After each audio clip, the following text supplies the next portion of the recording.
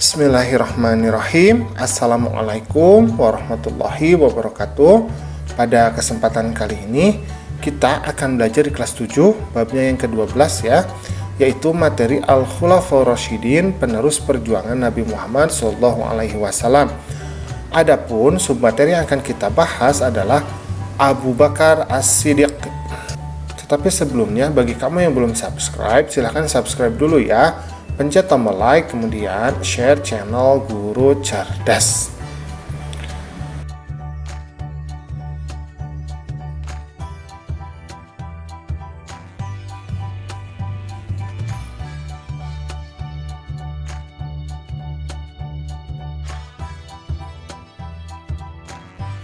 Nah, Abu Bakar As-Siddiq ini memiliki nama asli yaitu Abdullah bin Abi Quhafah. Beliau berasal dari Bani Taim dan beliau dilahirkan pada tahun 573 Masehi. Jadi Abu Bakar ini diberi gelar oleh Rasulullah As-Siddiq, artinya orang yang membenarkan, karena beliau adalah orang yang pertama mempercayai dengan adanya peristiwa Isra Mi'raj. Nah, apa saja sih keutamaan dari Abu Bakar As-Siddiq? Yang pertama adalah beliau termasuk as-sabiqun al-awwalun. Di as-sabiqun al-awwalun ini adalah orang-orang yang pertama masuk Islam. Nah, yang pertama masuk Islam dari kalangan sahabat itu adalah Abu Bakar As-Siddiq ya. Bahkan Abu Bakar As-Siddiq pun ini adalah teman yang sangat dekat dari Nabi masih muda ya. Kemudian yang kedua, Abu Bakar As-Siddiq adalah sahabat yang paling dekat dengan Nabi Muhammad. Jadi mereka sangat akrab sekali ya, karena sudah berteman dari usia yang muda sekali. Kemudian yang ketiga, Abu Bakar As-Siddiq adalah orang yang mendampingi Nabi dalam hijrah.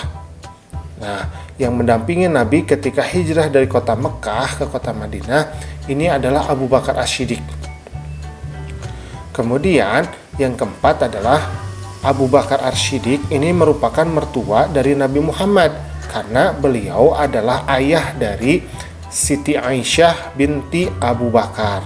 Nah, jadi sebetulnya perjuangan Abu Bakar As-Siddiq dalam Islam itu sungguh luar biasa, karena seperti Nabi, hampir seluruh hartanya itu dikorbankan demi perjuangan Islam ya. Kemudian apa saja jasa Khalifah Abu Bakar? Jadi apa saja jasa Abu Bakar As-Siddiq ketika beliau menjadi khalifah? Yang pertama adalah pengumpulan Al-Quran. Ini adalah rekomendasi dari Umar bin Khattab. Kegiatan ini dipimpin oleh Zaid bin Sabit. Jadi ketika Nabi meninggal, maka Abu Bakar kemudian diangkat menjadi khalifah. Ternyata banyak orang yang menjadi murtad setelah kematian Nabi, maka Abu Bakar ini memerangi mereka, dan dalam peperangan tersebut hampir 70 orang para penghafal Al-Quran ini meninggal, sehingga Umar bin Khattab itu takut kalau Al-Quran itu bisa sampai hilang. Kemudian meminta Abu Bakar As-Siddiq untuk mengumpulkan Al-Quran dengan dipimpin oleh seorang penghafal Al-Quran, namanya adalah Zaid bin Thabit ya, Zaid bin Thabit namanya. Kemudian yang kedua adalah memerangi kaum murtad, kemudian yang enggan membayar zakat dan nabi palsu, yaitu Musailamah Al-Kadzab dan Sajah binti Tamimiyah. Jadi ketika Abu Bakar menjadi khalifah, banyak orang menjadi murtad, dan kemudian ada juga yang tidak mau membayar pajak, kemudian ada juga yang mengaku-ngaku sebagai nabi. Nah, salah satunya adalah Musailamah Al-Kadzab dan Sajah binti Tamimiyah.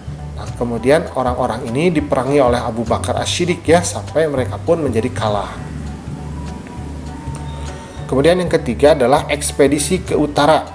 Jadi Abu Bakar As-Siddiq juga melakukan ekspedisi ke utara untuk melawan Kekaisaran Bizantium dan Kekaisaran Sassanid.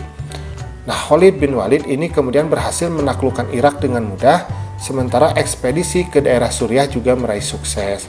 Jadi bangsa Arab pada saat itu dijajah oleh dua kekuatan yang sangat besar, yaitu Kekaisaran Bizantium atau Romawi Timur dan Kekaisaran Sassanid atau yang kita namakan sebagai Persia. Nah, mereka menguasai tanah Arab. Karena itu Abu Bakar As-Siddiq kemudian memerangi mereka dan berhasil menaklukkan daerah-daerah dari kerajaan Bizantium dan kerajaan Persia. Nah, alhamdulillah pembelajaran kita pada kesempatan kali ini sudah selesai ya. Terima kasih sudah menyimak. Assalamualaikum.